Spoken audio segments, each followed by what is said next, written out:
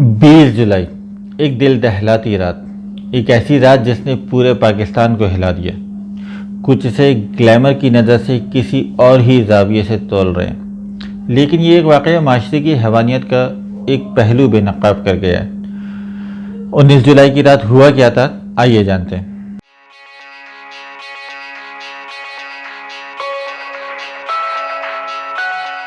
دوستو، بات ہو رہی ہے نور اور ظاہر کی۔ نام میں موجود تقدس دیکھیے، مگر اصل میں یہ دو بھٹکے ہوئے انسانوں کی کہانی ہے۔ نور اور ظاہر دوست تھے، گہرے دوست، بلکہ اس حد تک گہرے جہاں کا سوچ کر بھی ہماری روحیں کانپ اٹھتی ہیں۔ دونوں ساتھ گھومتے تھے۔ جو ساتھ رہنے کا گھٹیا کلچر ہے، یہ اسی زندگی میں مرے رہنے کے عادی تھے۔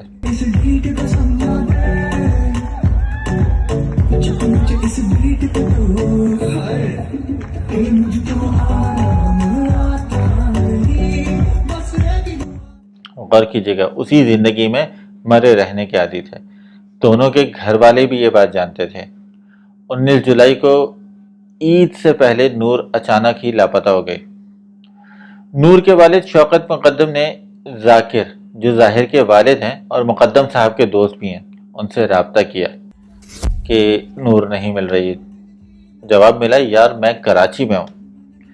پھر انہوں نے بتایا کہ میری معلومات کے مطابق نور اور ظاہر ساتھ نہیں ہیں۔ اچھا، اب تشویش بڑھ گئی تو والدہ نے ادھر ادھر فون کرنا شروع کیے، جگہ جگہ۔ تو پھر تھوڑی دیر بعد نور تک جب یہ خبر پہنچی کہ گھر میں ٹینشن ہو رہی ہے، اس کا ایک فون آیا کہ میں دوستوں کے ساتھ لاہور آ چکی ہوں، کل یا پرسوں آ جاؤں گی، آپ ٹینشن نہ لیں۔ اچھا، گھر والے جناب مطمئن ہو گئے، لیکن اصل میں ایسا تھا نہیں جیسا نور نے بتایا یا ذاکر نے بتایا۔ پولیس کے تفتیشی ادارے بتاتے ہیں کہ 20 جولائی کو شام میں 4 بجے نور اور ظاہر کا جھگڑا شروع ہوا۔ پتہ نہیں کسی بات کے اوپر ظاہر نے اسے مارنا شروع کیا۔ اچھا، پولیس کی نے جو فوٹیج حاصل کر دی اس کے میں نظر آ رہا ہے کہ نور نے اپنی جان بچانے کے لیے روشن دان کھول کر پہلی منزل سے چھلانگ لگائی، یعنی پھڈا اس حد تک بڑھ گیا تھا۔ اس دوران وہ گریل سے ٹکرائی، گری، بری طرح زخمی ہوئی۔ اچھا، گھر میں موجود تھے 2 ملازم، خان سامہ اور ڈرائیور، وہ تماشا دیکھتا رہے۔ نور گھسٹ گھسٹ کر گیٹ کی طرف بڑھنے لگی۔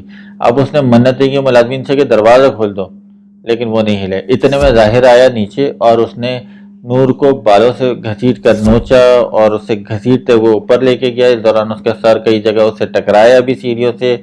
پھر اوپر لے جا کر اس نے چاقو نکالا، یہ بھی سنا کہ پستول نکالی، لیکن گولی نہیں چلی۔ اس نے چاقو نکالا اور اس نے اس کو مارا۔ ملازمین کو اب ٹینشن ہوئی کہ بات زیادہ بڑھ رہی ہے۔ انہوں نے کہا کہ وہ معاملہ آؤٹ آف کنٹرول ہو رہا ہے، شاید وہ جان سے نکال دے۔ تو انہوں نے کہا کہ تم ٹینشن نہیں لو، میں ریہیب سینٹر والوں کو ملتا ہوں۔ ریہیب سینٹر اسلام آباد میں ایک ادارہ ہے جناب، جو ان کی ایسے بگڑے ہوئے رئیس زادوں کی تربیت پہ کام کرتا ہے۔ بیسیکلی وہ کاؤنسلنگ کرتا ہے، کچھ کرتا ہے۔ اس کی ٹیم بہرحال جب تک گھر پہنچی تو اندر موجود ظاہر صاحب نے دروازہ کھولنے سے انکار کر دیا۔ اب ہوا یہ کہ جناب جو ٹیم کا مینیجر تھا اس نے بیسیکلی سیڑھی لگائی ایک، اور سیڑھی کے ذریعے وہ اوپر چڑھا۔ جہاں اس نے جھانکا تو اس کی اوپر کی سانس اوپر، نیچے کی نیچے رہ گئی، کیونکہ نور کا گلا کٹا ہوا تھا، سر سے الگ پڑا ہوا تھا، ایک جگہ اس کا سر پورا اور اس کی جو باڈی الگ تھی اور پورا کمرہ خونم خون تھا۔ ظاہر نے اس پر بھی پستول تانی اور کوشش کی اس کو مارنے کی، لیکن کیونکہ گولی پھنس چکی تھی تو گولی نہیں چلی۔ وہ جب مینیجر اندر داخل ہوا تو اس نے اس پر چاقو سے حملہ کیا۔ بہرحال کسی طریقے سے اس نے دروازہ کھولا، اس کی ٹیم آئی، زدوکوب کیا گیا اور بہرحال اس کو پکڑ لیا، اس کو قابو میں کر لیا ظاہر کو۔ پولیس آئی، پولیس نے آنے کے بعد جناب ظاہر کو گرفتار کیا، اس کے دونوں ملازمین جو موقع پہ موجود تھے ان کو گرفتار کیا، ان کے والدین کو بھی آخرکار گرفتار کر لیا، انہیں بھی عدالت میں پیش کر دیا گیا۔ یہ تو ایک واقعہ ہے، لیکن اصل میں یہ معاشرے میں تیزی سے سرایت کرتے اس نشے کی جانب نشاندہی ہے جہاں اپنا آپ بہکنے لگتا ہے۔ ماں باپ کی تمیز نہیں رہتی تو سوسائٹی کی تمیز کہاں سے آئے گی؟ ظاہر آئس کا نشہ کرتا تھا اور اس کے گھر پر جو یہ پارٹیاں ہوا کرتی تھیں والدین جانتے تھے۔ ہائی سوسائٹی کی پارٹیز میں جناب کیا ہوتا ہے آپ کو سب پتہ ہے۔ چند دن پہلے 3 لڑکیاں بھی اسلام آباد میں حادثے کا شکار ہوئی تھیں۔ پولیس کہتی ہے اب تفتیش میں پتہ لگا ہے کہ تینوں ظاہر کے گھر سے ہی واپس جا رہی تھیں اور تینوں اس وقت آئس ڈرگ کے نشے میں تھیں۔ پولیس یہ بھی پتہ لگا چکی ہے کہ برطانیہ میں وہ مبینہ طور پر موبائل چھیننے اور امریکہ میں بھی منشیات کے استعمال پر جیل کاٹ چکا ہے۔ یہ ایسا کرمنل مائنڈ تھا۔ اچھا دوستو، اس کو سمجھنے کے لیے یہ کہہ لیں کہ جب بھی آپ رولز کو فالو نہیں کرتے تو آپ بنیادی طور پر اپنی حدیں کراس کر رہے ہوتے ہیں۔ کچھ ہوتی ہیں سماجی حدود، سوشل رولز، کچھ ہوتے ہیں مذہبی یعنی شریعت۔ نور اور ظاہر دونوں ہی اپنی حدوں سے باہر تھے۔